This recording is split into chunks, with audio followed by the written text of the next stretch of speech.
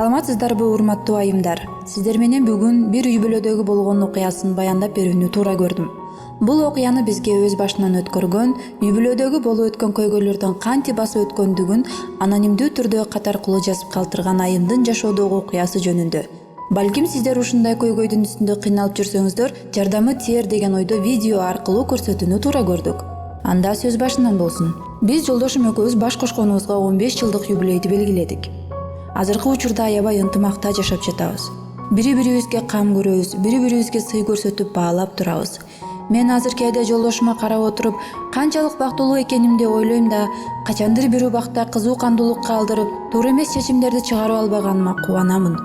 Ким билсин, эгерде ошол убакта мен жаман ойлорумдун артынан ээрчип, башка жолду тандап кетсем, азыркы бактылуу үй бүлөмдү көрүү насип кылмак беле деп.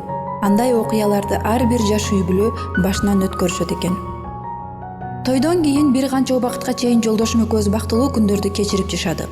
Биринчи тун кызымды жарык дүйнөгө алып келдим. Жолдошум ата деген наамды алып кубанса, мен апа деген статуска ээ болдум.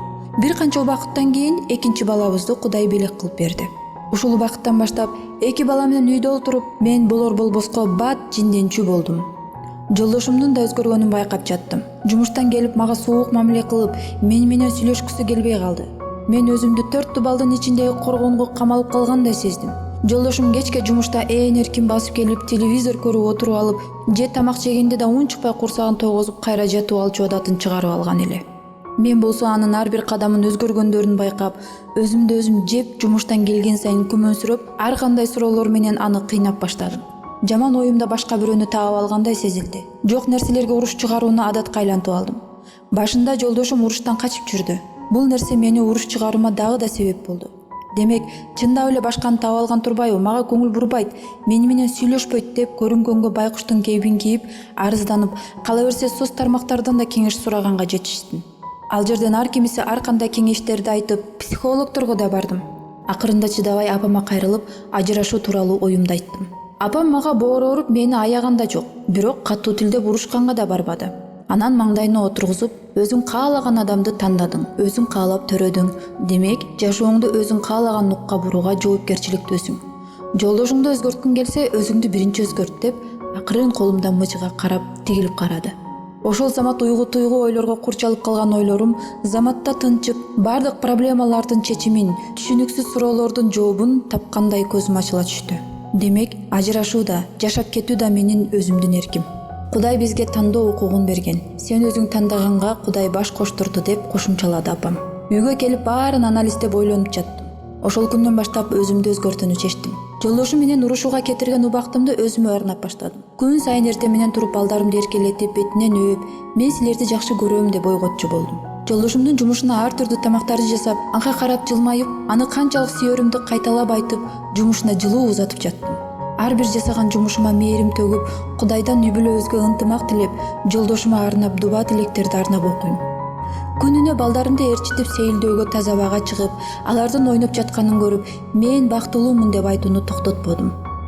Жолдошум жумуштан келери менен ага болушунча үйдө тынчтыкты түзүп берүүгө аракет кылдым. Убакыт болор менен анын кандай күчтүү жана мыкты ата экенин баса белгилеп айта бердим.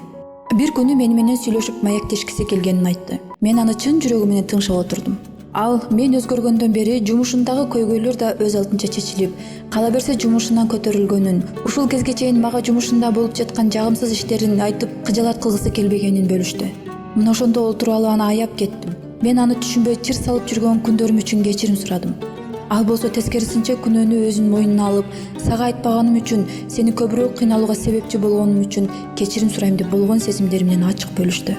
Эгерде өзүмдү өзгөртүүгө аракет кылбай, жаман ойлорумдун артынан кууп жашасам, эмне болмок эле?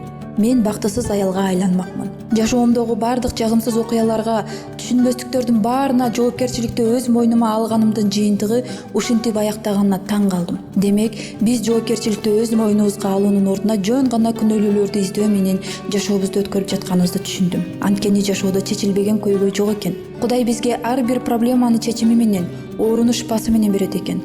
Болгону бизде эгоисттик сезимдердин күчтүүлүгүнөн жашоодо көп азап чегип каларыбызды өкүндүм. Ошондуктан менин айымдарга кеңешим, өзүңөрдү өнүктүргүлө, өзгөргүлө, окугула демекчимин. сырттагы жумуштарга үй бүлөнү багуу эркектерге милдеттендирилгендей, үй бүлөнүн ичиндеги атмосферага аялдар жоопкерчиликтүү экенин түшүндүм. Ошондон кийин жолдошум экөөбүз күн сайын кечкисин сейилдеп, балдарыбызды эркелетип, бизге убактысын бөлүп биргеликте фильмдерди көрүп, ар түрдүү темада маектешүүнү адатка айлантырып алдык. Ошол мүнөттөн баштап мен ойлогон адамга өзгөрүп баштады. Баардыгы өзүбүздүн колубузда. Ошондуктан бактылуу болууга дайым аракет кылгыла, өзгөргүлө, өзүңөрдү өнүктүргүлө. Бизге келген бул катты чыгарбай коюуга мүмкүн эмес эле. Анткени биздин каармандын басып өткөн жолу азыркы учурда кимдир бирөө басып жаткан чыгар. Ал эми сиздер болсо бул окуяга болгон көз карашыңыздарды, ой пикириңиздерди комментарийге калтырыңыздар. Ошондой эле араңыздарда кимдир бирөө ар кандай жашоонун сыноосуна кабылып кеңеш күткүсү келсе, бизге кат аркылуу калтырсаңыздар болот. Эч качан изденүүдөн токтобоңуздар. Бакытты өз колубуз менен курабыз жана биз менен биргеликте өзгөрүңүздөр.